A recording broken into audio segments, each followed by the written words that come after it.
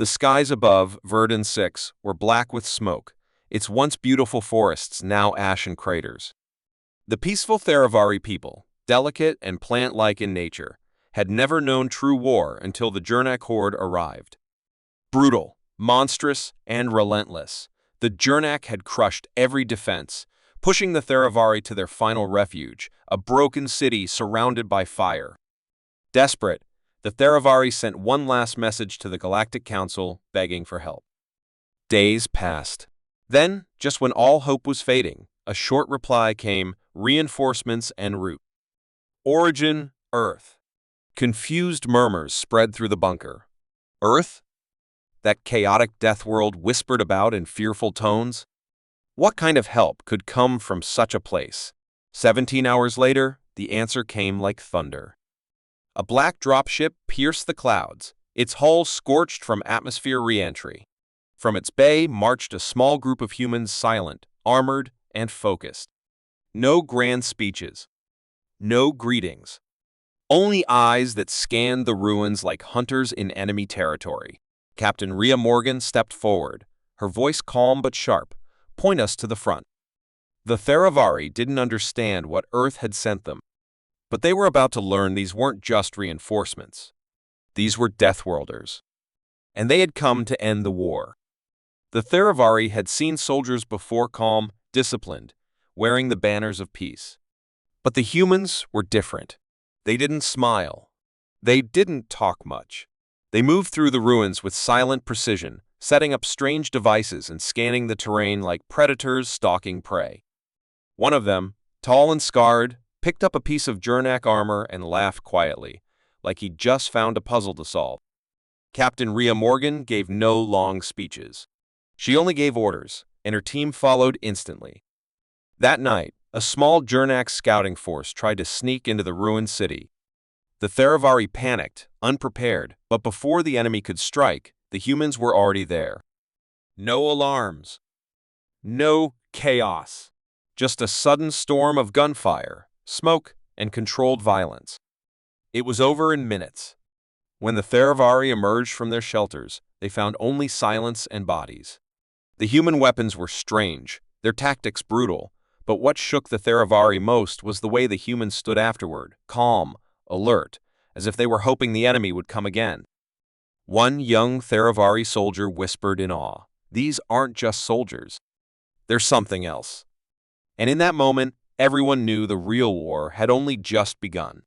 The Jernak horde had never been afraid of prey. For years, they swept through peaceful worlds like storms, crushing resistance without effort. But now, they were slowing down, hesitating. Something was different on Verdun 6. Captain Rhea Morgan and her team had begun studying their enemy like scientists observed dangerous creatures. They tracked patterns, intercepted communications, and even recovered Jernak bodies for analysis.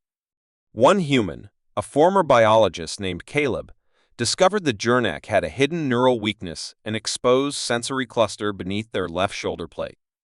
The next ambush targeted this flaw with precision. While the Theravari watched in disbelief, the humans turned brutal monsters into confused targets, falling before they could even scream. But it wasn't just the weapons, it was the way humans moved. Silent. Calculated. As if they weren't fighting but hunting. Each encounter felt like a test, each trap more advanced than the last. Fear began to spread among the Jernak ranks, and for the first time, they started pulling back. The Theravari began to understand. Humans don't just survive death worlds, they become them. The jungle of Earth didn't raise victims. It raised predators who learned, adapted, and waited for the perfect moment to strike, and the Jernak had just walked into their jaws. The ground shook under the weight of the Jernak horde. From every direction, their forces marched thousands of armored beasts roaring and snarling, ready to crush what little resistance remained. The sky turned red with fire as their warships blocked the sun. The Theravari watched in silence, their hearts heavy with fear. Even with the humans, how could a handful stop an army this big? But Captain Rhea Morgan wasn't afraid. She stood calmly on the ruined tower, scanning the horizon through her visor. "Good," she said, her voice steady. "Now they're all in one place." The humans had planned for this. Every move, every retreat, every trap they had set was meant to lead the Jurnak right here. The open valley below was not just land, it was bait. As the Jurnak entered, hidden charges beneath the ground exploded in perfect timing. Fire erupted across the battlefield, walls of flame cutting through the horde. From the cliffs, human snipers struck with pinpoint shots, hitting weak spots the Theravari still didn't fully understand. Confused and blinded by smoke, the Jurnak tried to regroup, but that's when the real attack began. The humans emerged from tunnels and shadows like ghosts, striking fast and vanishing again. It wasn't just a battle anymore. It was a collapse. Jurnak commanders screamed orders, but their signals were jammed. Their vision failed. Their morale broke. And for the first time in years, the unbreakable horde began to run. The Theravari couldn't believe what they were seeing, giants fleeing from a force 10 times smaller. It wasn't just the weapons. It wasn't just the strategy. It was the fear. The kind that only Deathworlders could create. This wasn't defense. It was domination. And the galaxy had just witnessed what humanity truly was when unleashed. When the battle ended, the smoke hung in the air like a final warning. The valley was quiet now. No roars, no gunfire, only the soft crackle of burning wreckage. The Jurnak horde had been destroyed. Not driven back, not pushed away, destroyed. Their warships scattered, their leaders gone, their legend broken. The Theravari stood among the ruins, staring at the battlefield in disbelief. These gentle beings had expected to be wiped out, but instead they had survived, and not just because of weapons or luck. They had survived because Earth had answered their call. A few hours later, the Galactic Council arrived, late and polished, speaking in careful diplomatic tones. They looked at the destruction with wide eyes and asked what had happened. The Theravari didn't say much. They simply turned to the humans, watching as Captain Rhea Morgan packed up the last of her team's gear. When asked for a report, she handed over a small datapad. No speech. No celebration.